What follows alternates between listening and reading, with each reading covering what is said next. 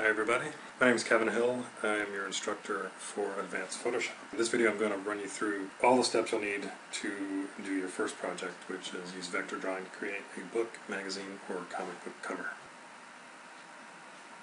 Okay, when you design a book cover, you've got your back cover on the left, you'll have the spine in the middle obviously, and the front cover will be on the right. You're going to divide it up using guides, and I'll show you how to make a guide in a second.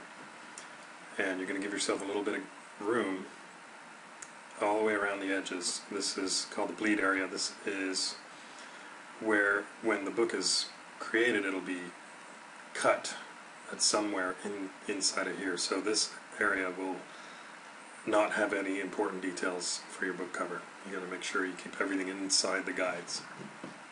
Right, we'll start with these steps down the bottom. We're going to make an image that's 300 dpi and at least 1600 across, and we're naming it. So let's do that first. So File, New, Control N, or Command N if you're on Mac. Make sure that width is 1600 pixels. I think we're going to go with about 1000 pixels high. Resolution at 300, and the name we'll call it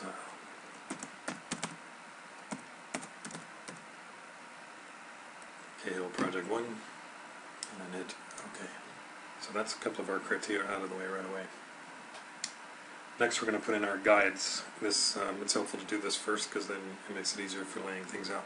I'm doing actually a graphic novel which falls under comic book, and in that case there won't be a spine. So I'm going to put my first guide right down the middle. I'm going to go View, and then down to New Guide. I'm going to make a vertical guide. Now I could make the position 800 pixels, because that is px for pixels, because that is half of 1600, and that'll put it right in the middle. I'm going to Control Z to undo that, because another way you can do it is go View, New Guide, just as before, a vertical guide, but instead of pixels or inches, you can actually use a percent. So if I go 50% and enter, it's going to put it right in the center, which is also 800 pixels. So a couple ways you can work. The standard bleed area is, I believe, typically it's about 1/8 of an inch to 1/4 inch from the edge of your design. If you don't already have your ruler showing, I'll show you how to show those. Go to View, Rulers.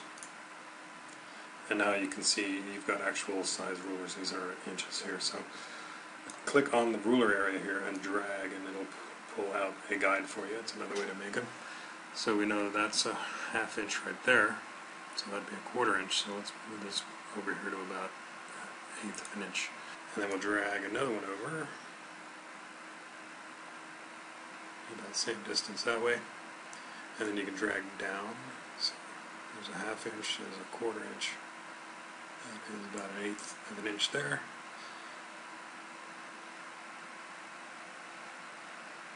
And about the same there. So now we've got our bleed area, so no important details of the design are going to go outside of this area. With these guides, you can always move them, and notice your cursor will change and it'll allow you to drag it.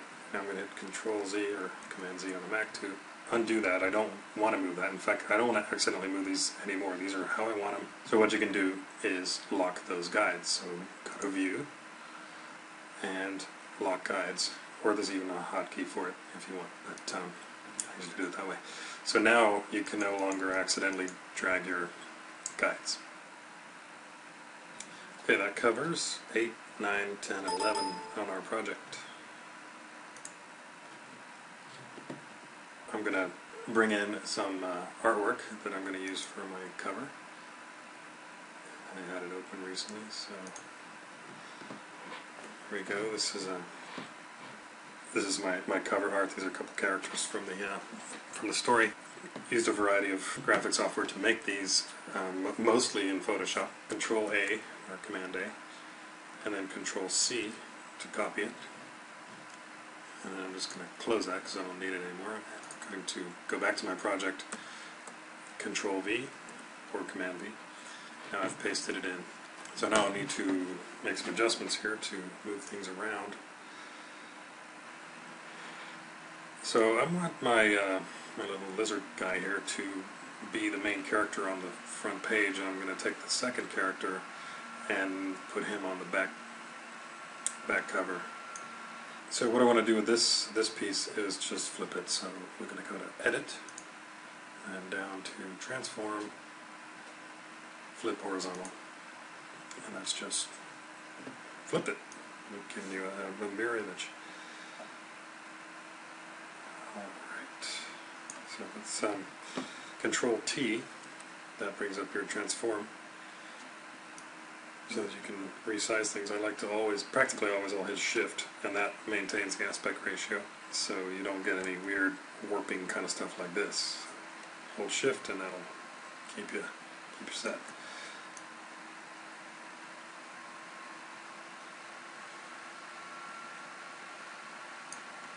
Okay, that'll work. On this back cover, I'm going to have a little bit of descriptive text going on, sort of a rundown of what the story's about. I think I'll put that on a black background. We've got our white background behind, so we can just click on that. By the way, with your background layer, if you just double click it, it will give you the option of just creating a layer out of it. And I like to do that, so hit OK with that. Kind of make it black. So we'll come over here, and if you click this right here, this will default you back to your standard black and white foreground and background. Hit our good old paint bucket tool and just click, and our background is now black. Click back on my original layer. The third item on our list of things we need to have in this project is a layer mask. So we'll come over here to our layer 1, make sure your layer is selected, and then hit this front loading washer icon here, which will create a layer mask for you. Okay, there's a layer mask. Now you make sure you've got that selected, and hit B for brush, or you can come over and click on it, which is right here. Now your bracket keys will allow you to resize it. As you can see, that brush resizes. If I push right, it gets bigger, left, it gets smaller. I'm going to right click, choose a soft edge brush, and then when you draw on here, you're creating transparency using that mask. And I want this to just kind of fade into the black. Sometimes it's easier to see what's going on if you hide that layer underneath, and you get the classic checkerboard sort of background that indicates you have nothing there.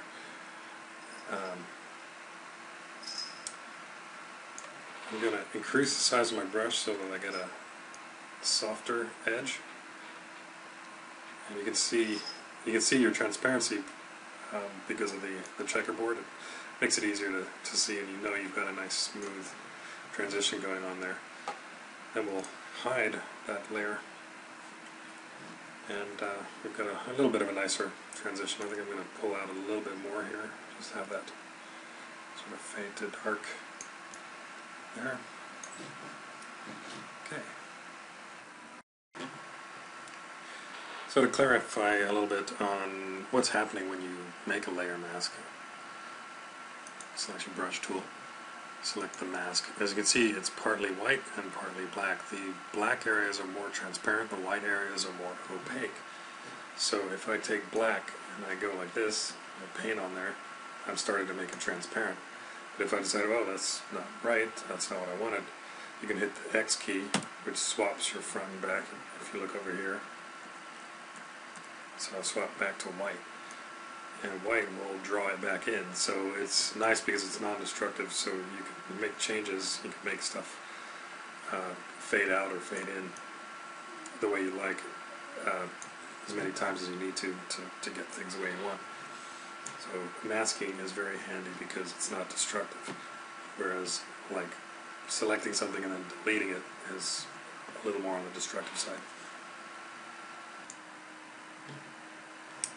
Also going to make a barcode.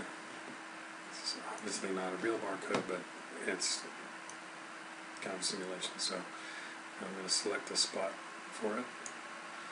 I'm going to Control Shift N, which creates a new layer. I call it barcode. Okay, make sure you've got that layer selected. You can just hit your little paintbrush there and hit X to switch over to white, and then Control D to deselect. So now you've got a little area there to create your barcode. We'll zoom in a little. Here's probably the easiest way.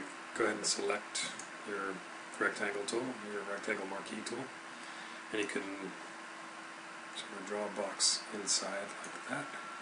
Then holding down Alt, you can select, you can draw it again, and this time while holding it down, you're going to subtract away from that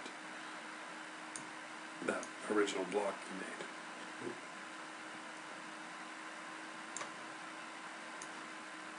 Now I'm holding Alt for all these boxes I'm making here.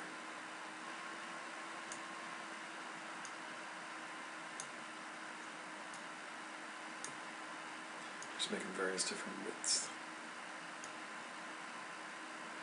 I could make all these bars on another layer, but this is just a kind of a quick thing here. So you just hit B for brush. That brush is already and X to switch it back over to black, and just draw in on your layer here. And it makes a pretty good simulated barcode. Deselect if you like. Selection tool again, and maybe cut out a little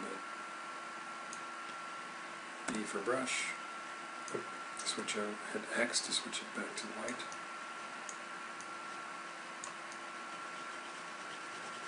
There we go. Deselect. Let's put some numbers in there. So hit your text tool, click right there.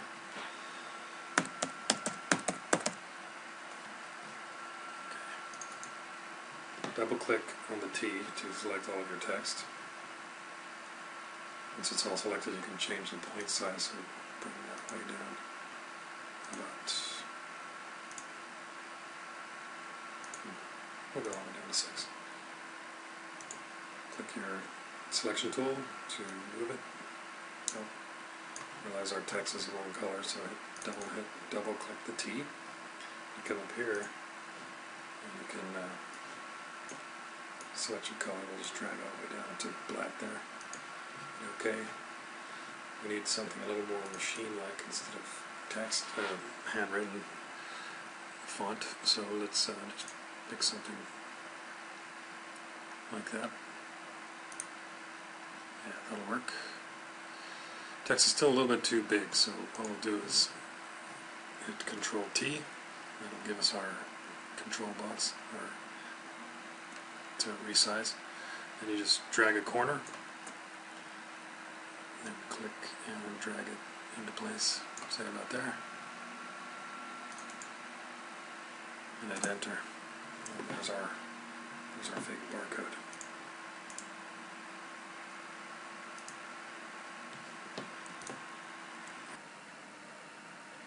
Let's move on to number 4, which is use pen tool to create and save a path. Right, so pen tool is right over here. You click it, it'll change color to show that you've got it selected. And when you draw with the pen tool, there is a direction to it. This will become important in a second. So I'm going to click here, and then I'm going to click over here. I'm going to click and drag because I want to create a curve. And you'll notice the first click was on the left side, the second click was on the right. That means that the path is going from left to right. I've got this curve the way I want it, say about like that. I'm going to just go over here and hit my move tool, and that's created my path. And your paths are not layers, they are independent of your layers. So if you come over here to paths, you'll see that it's created a path. By the way, if that panel isn't showing for some reason, if any of these panels are not showing, you can always come over to Window, and the ones with the check marks are the ones that are showing, so you can I've got paths open right now, so that's checked. Any of these, you can just click them and it'll make that window pop up. Say you want paragraph, there it is, it pops up. But I don't want paths. So in your project, you're going to want to make sure you've got a path or two showing up under paths. Next, I'm going to put some text on there, and it's going to run along the lengths of the path. So click on your T for text. And you'll notice when you have your text selected and you mouse over the path, your cursor will change a little bit. You get that sort of squiggly line going through it. That indicates that you're about to put text on that path. So when you get it, when it appears, then you click and just type. Okay. Now if you had drawn your path starting on the right going left, this would be going upside down because it follows a direction. So make sure you go right to left if you're doing something like this that's going to have text on it. Okay, and it's created a new path for you based on the one that you wrote on. So you've got your original that you can always come back to if you need to. And paths appear in the program. You can see it here, but it is not part of the image. So when you save that as a flat image, you're not going to see this line. This line is just there for your use and it's not a graphic element. So we'll come back to layers, and we've got our text here. I'm just going to double click that, and we're going to make a few changes to the text. So let's go ahead and make it a little bigger. Maybe change the font, say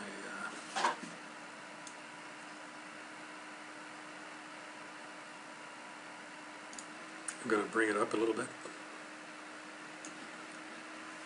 And there we go. There is our text and our pen tool. We use our pen tool to create a path. Let's have some fun with some more vector stuff. Number one on our list is at least one shape layer. Shape layers, it'll default to whatever the last shape type that you used. If you hold and click, you can see you've got a few choices here. And all of these things are fully adjustable. I'm going to go ahead and go with the rounded rectangle tool and just draw out a rectangle. This clearly it's vector, it's made up of paths, and all of this stuff is adjustable. This will indicate your fill. This is your properties tab. If it doesn't pop up, you can always find it under window properties. Just closed it. Let's try that again. Okay, window properties, there you go. And you can adjust all this stuff. So this would be the fill, and we can change that fill color. I think black would be a good fill color for that. And you can change your stroke color, which is this icon right here. You can change your stroke width, which is right here. You can just click the points, drag it to whatever size you like.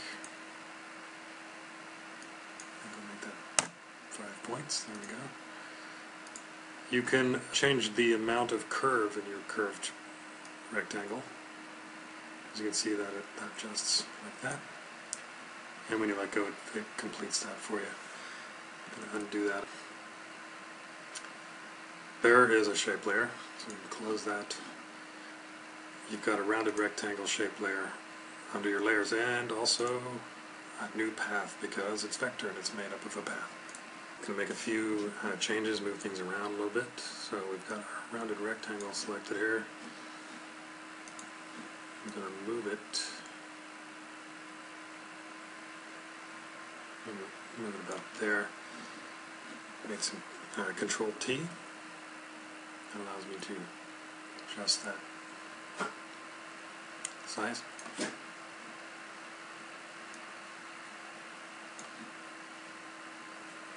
Enter. Now I'm going to drag this layer down because the text is behind it.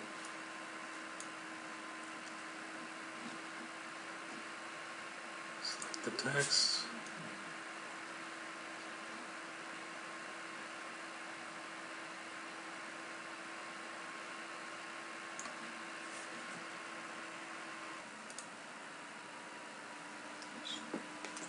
Let's continue to make a few changes here. Double click on that. And Control T. I'm going to drag this all the way over. this way.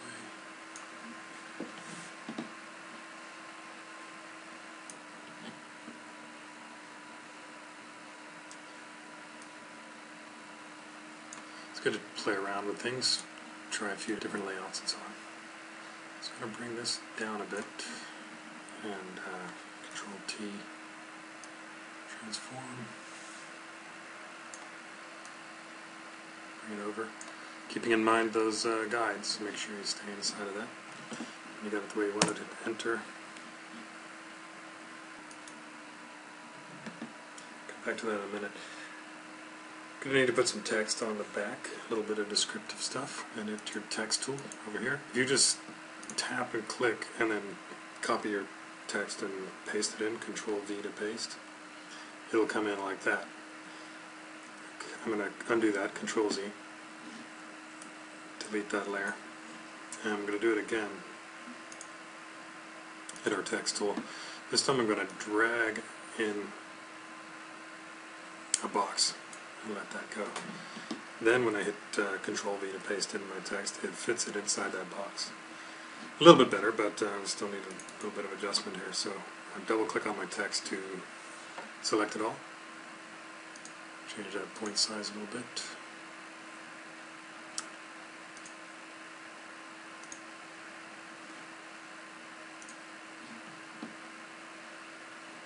Some of that text is getting lost in the lighter background there, so let's make an adjustment there.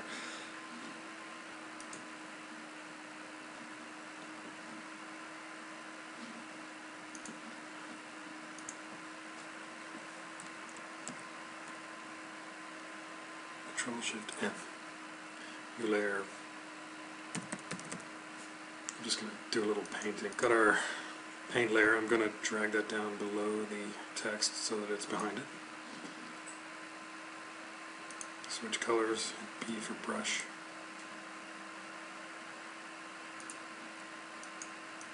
Just paint in a little bit of black here to make that text a bit more readable.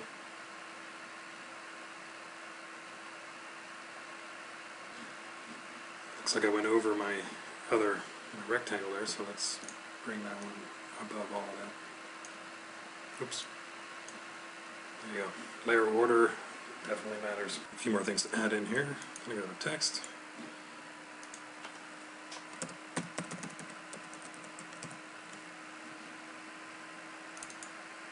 The text didn't show up because it's black on black, so we'll change that color to white. It's also behind the rounded rectangle, so let's drag it up.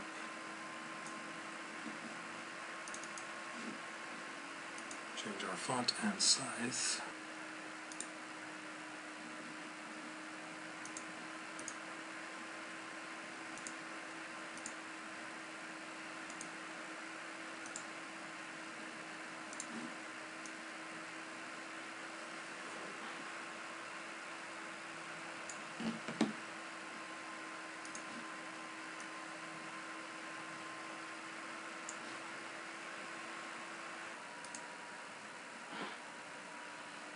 Going to adjust this rounded rectangle again. So select it, Control T. I don't think I want that going all the way across, so we'll bring it back out there. Move, enter. Move that text a little bit.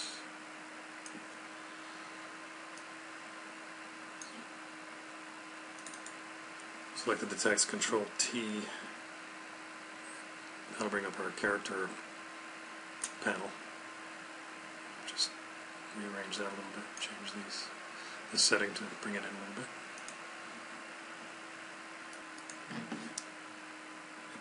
V, or click on that, to arrow keys to move things around as well. Number 7 is a selection loaded as a mask. Alright, let's make a new layer, Control Shift N. And I'm just going to select my brush tool. Let's go with a nice, unusual brush. Something like this is a little more paint-like. Just make it a little bit bigger.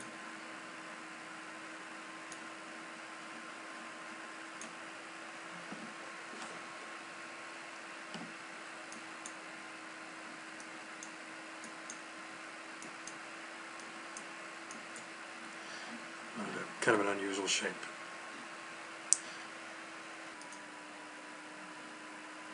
Now that you've got your selection, hit V or click your move tool, and you've got your funky shape here. I'm going to Control T, maybe rotate it a little bit like that. Hit Enter. Alright, now if I come over here and I hold down Control and I click, it will select everything on that selection. And then, now that I have that selected, I can go over here and create a mask, and I have masked out everything but that. So if I come over here to my original color, my red, and pick a new color, say a darker version of that, and then B for brush, I can draw on here, and you'll see it only draws on the part that had been selected previously, because everything else is masked off. Pretty handy tool.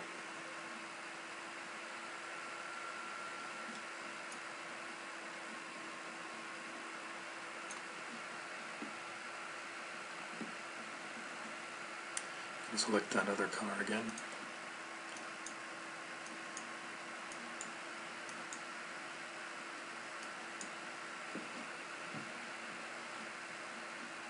Let's blur that. Filter, blur. We need a layer style as well, so let's put a layer style on this. Got our selection here. Go up to Layer, Layer Style,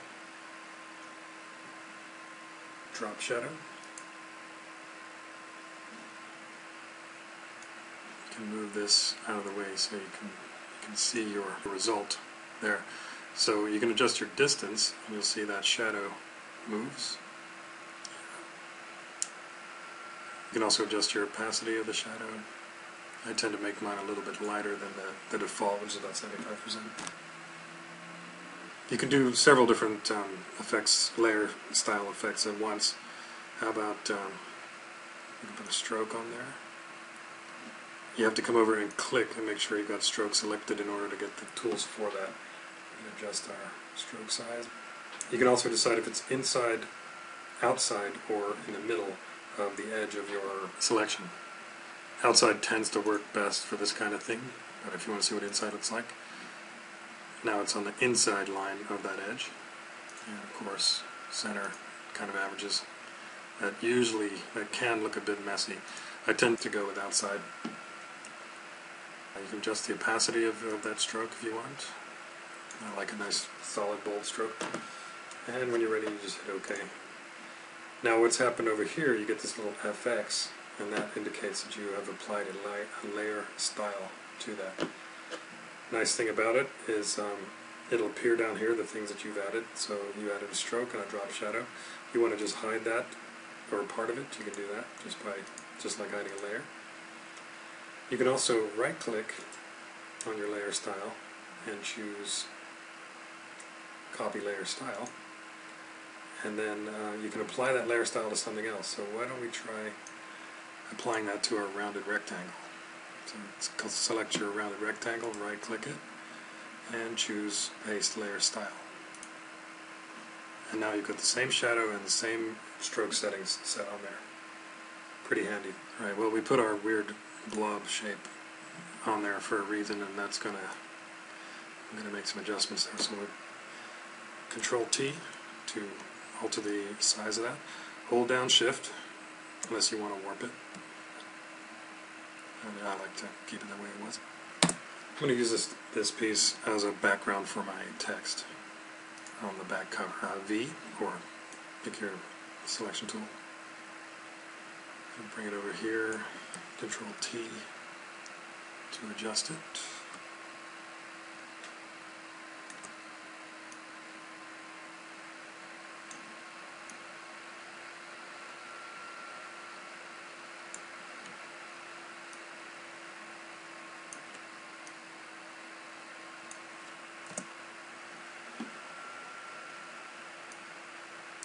Gives it a nice little graphic effect there. Let's move our text a bit.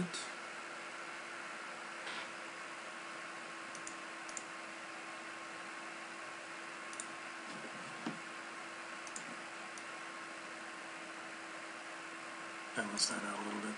Make another adjustment here. Control T to rotate that.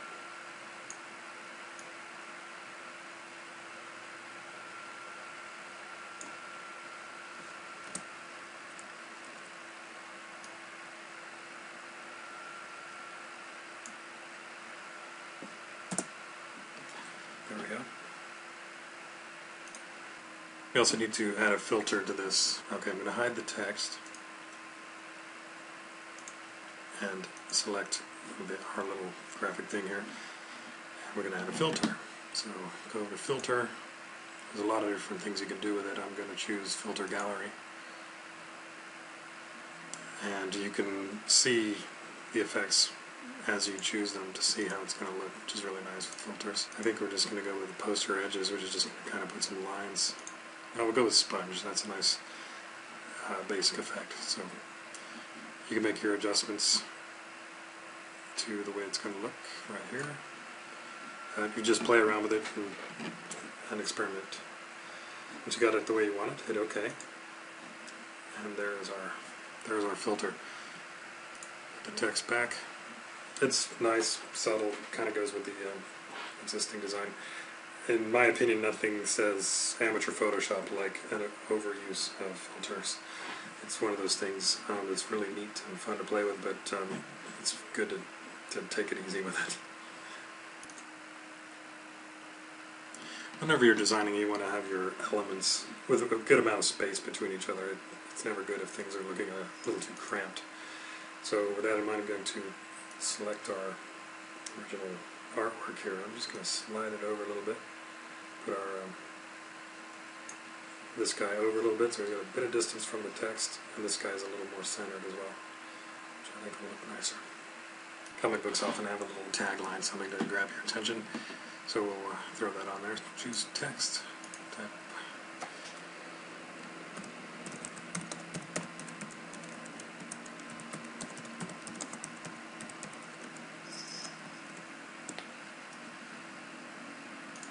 Double click it to select all of the text. I'm going to change that font to something appropriate. Maybe go a little bigger.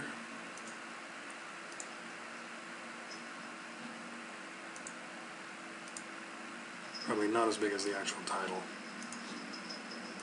So take that, we'll, oops, make sure you spell it correctly. You can add that same layer style. So right click it, copy layer style, right click on your text, paste layer style, and there you go. I'm going to rasterize the type.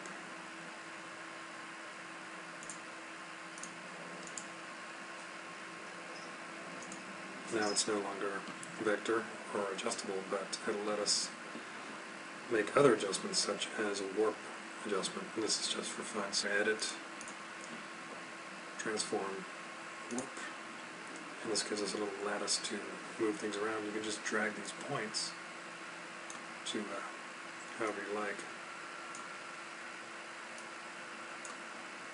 and you can shake it up a little bit. You cut it the way you want it and enter. And that layer style just follows right along, and you get a nice, clear effect. Control T, let's rotate it, stretch it a little bit. Enter. Now,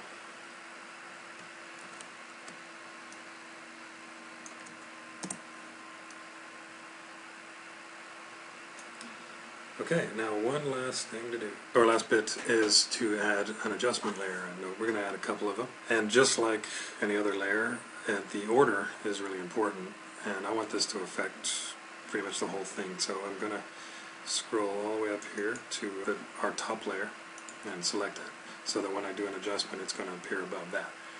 So here are all of your adjustments, and there's plenty to choose from. You can use whatever you want for yours. I'm going to start with a levels adjustment. That's very handy.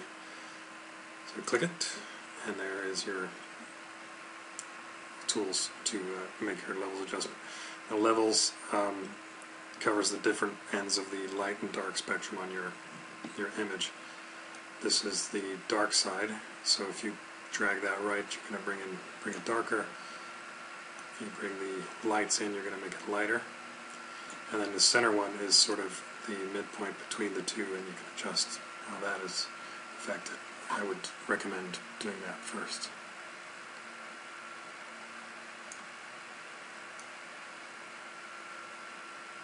So, got that the way I want it. Close that. The nice thing is that all these adjustments also include a layer mask for you to work with as well. I don't think I need any adjustments there, but I'm going to add another adjustment layer, which will be a photo filter. And that adds a bit of an overall color to our design. As you can see, you can adjust the intensity of that color. And for these purposes, I'm going to go with red. I want a pale blue, cool color.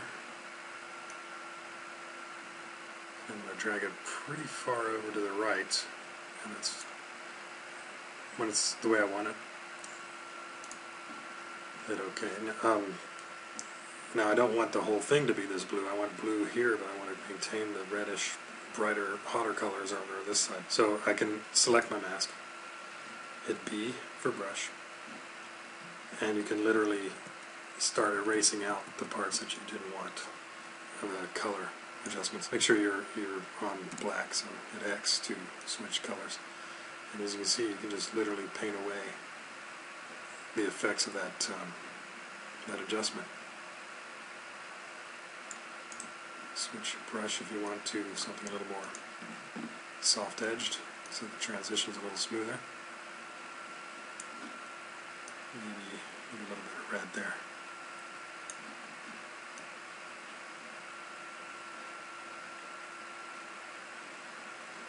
Alright, so you can see the before and after by hiding.